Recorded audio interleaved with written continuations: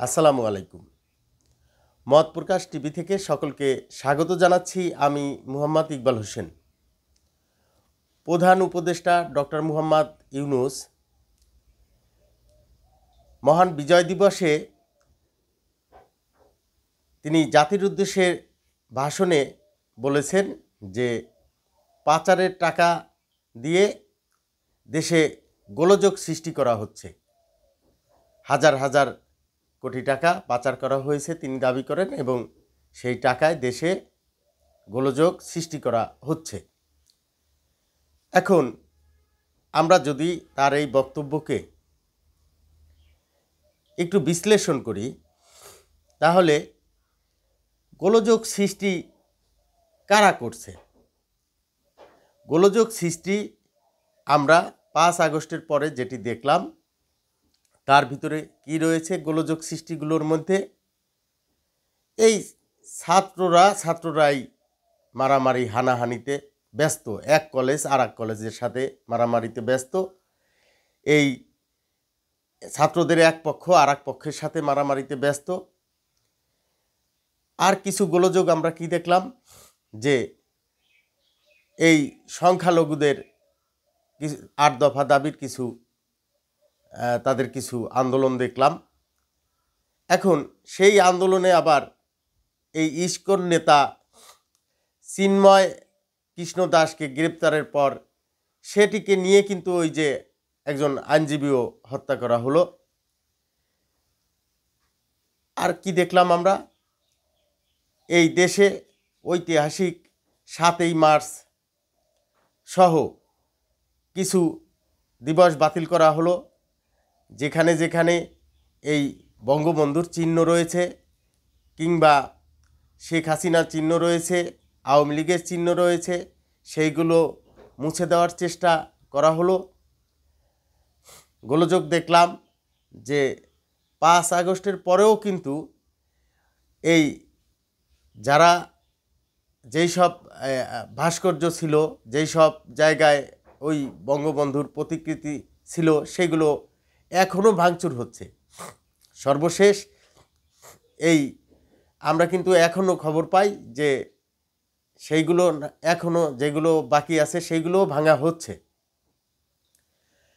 এখন এইগুলো কি গোলযোগের অংশ নয়?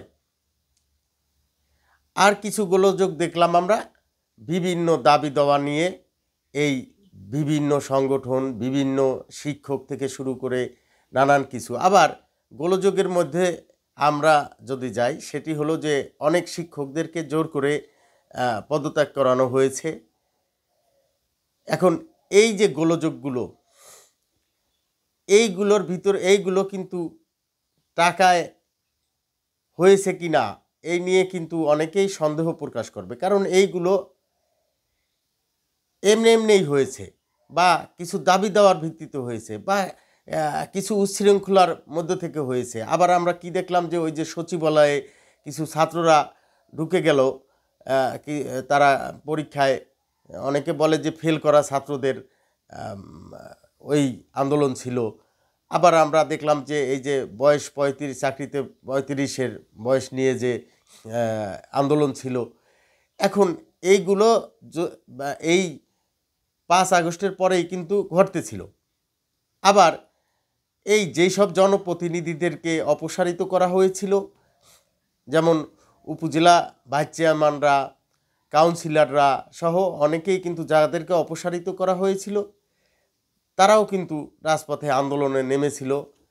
এখন এই যে আন্দোলনে নামা, কিছু সরকার কিছু সৃষ্টি করেছে, তার পরিপ্রেক্ষিতে আবার কিছু আন্দোলন হয়েছে, সংগ্রাম হয়েছে।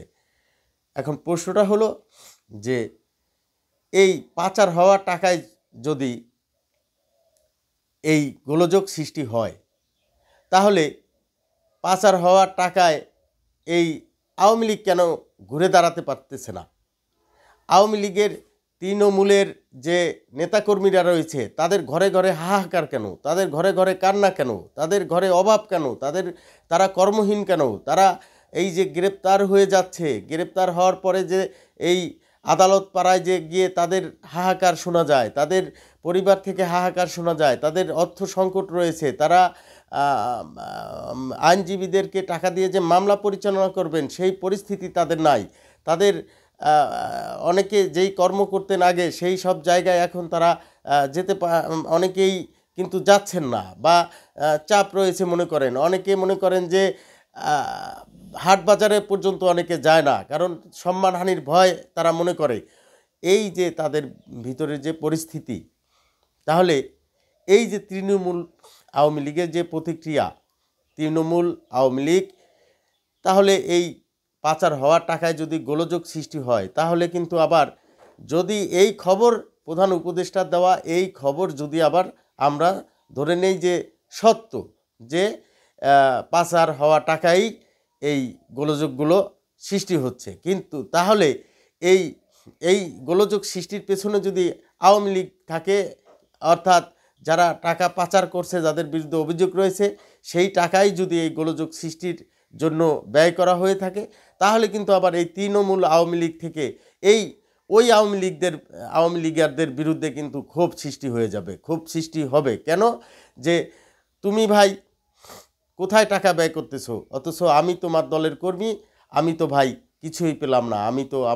আমি তোমার দল করতে গিয়ে আমি তোমার সাথে, তুমি যেই মতাদর্শী আমি সেই মতাদর্শী হয়ে তোমার একই সাথে আমরা দল করেছি। তুমি হয়তো কেন্দ্রে দল করেছো, আমি ভাই তৃণমূলে দল করেছি, কিন্তু তুমি ভাই হাজার কোটি টাকা মালিক হয়ে তুমি সেগুলো দিয়ে এখন কোথায় ব্যয় করছো, অথচ আমি ভাই আমার সংসার চলে না, আমার ঘরে আমি চাল কিনতে পারি না, আমার বাচ্চারা স্কুলের বেতন দিতে পারে না, আর আমি আমার বাজার চলে না আমার সংসারে, আমি মামলা চালাতে পারছি না, আমার নানা সমস্যায় আমি জর্জরিত। সেইখানে তুমি অর্থ অভাবে আমি আমার জমি বিক্রি করে দিচ্ছি, আমার গরু ছাগল বিক্রি করে দিচ্ছি, তুমি ভাই সেইখানে আমাকে আমাদের এই তৃণমূলে টাকা না দিয়ে তুমি কোথায় টাকা দিচ্ছ? এই যে ক্ষোভ, তাহলে কিন্তু আবার ওই আওয়ামী লীগারদের সাথে আর এই তৃণমূল আওয়ামী লীগের যে কর্মী রয়েছে তাদের মধ্যে কিন্তু একটি বড় ফাটল দেখা দিবে, একটি ক্ষোভ সৃষ্টি হবে, একটি বড় সংঘাতের দিকে চলে যাবে। কারণ এই তৃণমূল আওয়ামী লীগ যে এই যে টাকা নামক যে বিষয়, তার কিন্তু ফুটো পয়সাও যে পাচ্ছে না, সেই বিষয়ে আমি জেলা উপজেলার আমার সাথে যেই সব আওয়ামী লীগ নেতা এবং কর্মীদের সাথে পরিচয় ছিল, তাদের সাথে আমি এই বিষয়টি ফোন দিয়ে জানার চেষ্টা করেছি যে তাদের কি পরিস্থিতি। তো সেইখানে তাদের থেকে বা তাদের পরিবারের সাথে কথা বলে যেটি বুঝতে পারলাম যে তারা আমি যে কথাগুলো বলেছি এই কথাগুলো আসলে তাদেরই কথা। তারা অনেকে আছে যে অসম্মানী হওয়ার ভয়তে বাসায় থাকেন, তারা অনেকে হাট বাজারে পর্যন্ত যায় না, এবং তাদের যারা অনেকে আটক হয়ে গেছে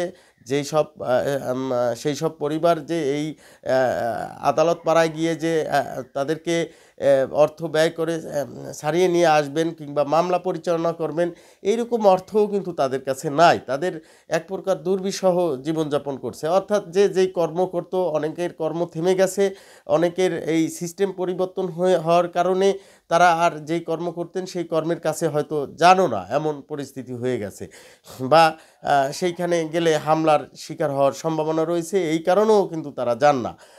এখন আমরা তো এমনিই দেখেছি যে 5 আগস্টের পরে অনেকেই কিন্তু এই গণপিটুনিতেও হত্যার শিকার হয়েছে।